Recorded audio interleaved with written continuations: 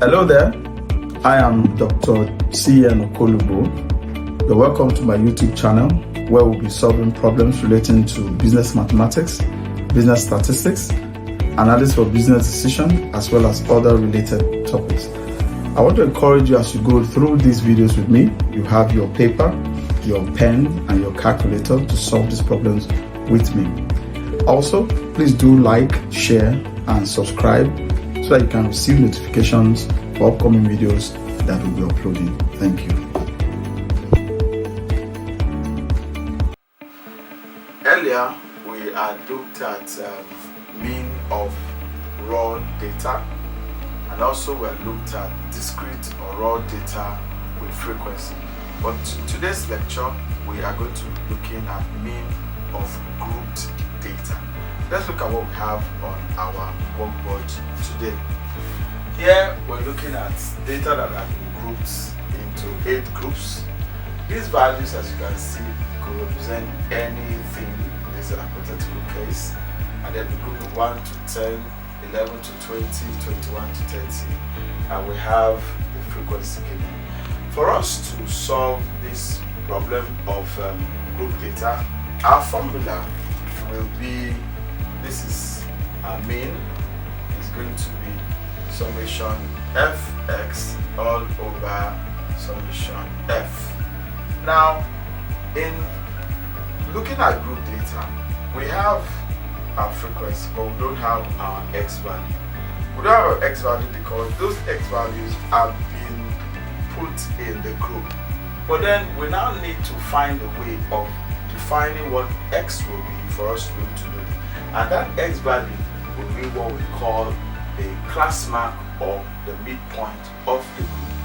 So we are going to create this. I'm going to say midpoint, and this midpoint will now be our x. If you watch our earlier video on elements of group frequency distribution, you will see how we define our midpoint. The midpoint is the average of the class limits. In this case, the average of these two values. So to find the midpoint, it will be 1 plus 10, which is 11, divided by 2. We're going to have 5.5. 1 plus 10 divided by 2, we have 5.5. The next one will be 11 plus 20, that will give us 31. Divided by 2 will give us 15.5. So we have 15.5. So what we'll just simply do is that we see that between 10 and 20, the difference is 10. Between 1 and 11, the difference is 10. Between 20 and 30, the difference is 10. Between 21 and 11, the difference is 10. So all we'll just do is to add that the common difference, and we can fill this up in terms of determining the midpoint. So that means here will be 25.5, here will be 35.5, here will be 45.5, this group will be 55.5, this group will be 65.5, and this group will be 75.5. You can try this on your own. You can, let's test this. This is 61 plus 70. 61 plus 70 will give us 131. 131. 131 divided by 2 will give us 65.5. So we're correct with this fill up here. So to now get the value of fx will be to multiply these values by this value. So this column multiplied by this column will give us this column for our fx. So let's do that together. 4 times 5.5. This will give us 22. 6 times 15.5 will give us 93.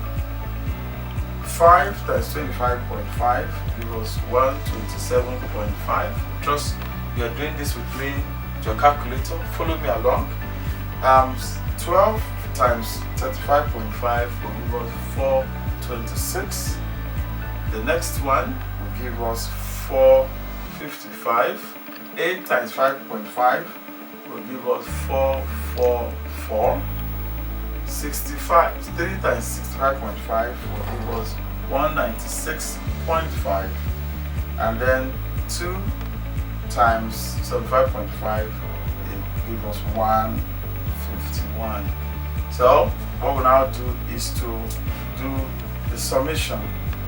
The summation of these values, that is summation of this, and then we also have summation of this.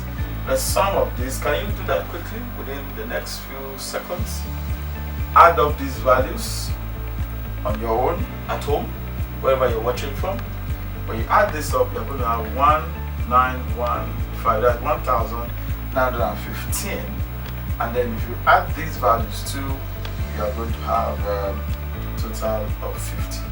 So that your mean, our mean here will be 1915 divided by 50, and that will give us 38.3, about 38.3. So the question is, where is 38.3? Is it at the center of this distribution? Let's find out. One way to find out is to do the cumulative frequency. This is 50. The total number of frequencies is 50. The mid of it will be 25. 50 divided by 2 will give us 25. So the question is, where will the 25th value be in this distribution? Let us play around this.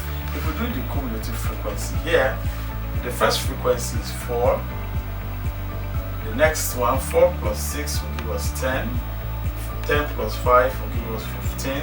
15 plus 12 will give us 27. 27 plus 10 will give us 37. 37 plus 8 will give us 45. 45 plus 3 will give us 48. 48 plus 2 will give us 50. So where is the midpoint? 25th observation. 25th observation should be here, because this will end at 15. If you arrange these values, this will end at the 15th position. Now, and the next values, which are 12 of them, this number, 12 of them will end at the 27th position. And we see that this mean that we have, where is it falling into? This is 38.3. 38.3 is also at this in this class. And you see that it's at the middle of the distribution.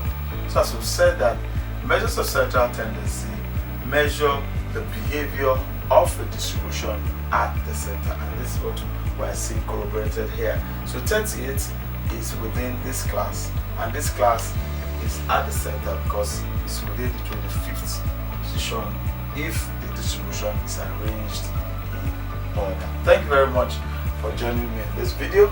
I look forward to hearing from you. I look forward to seeing you like this video, share this video, and if you've not subscribed to this channel, please do well to subscribe to this channel. Thank you very much.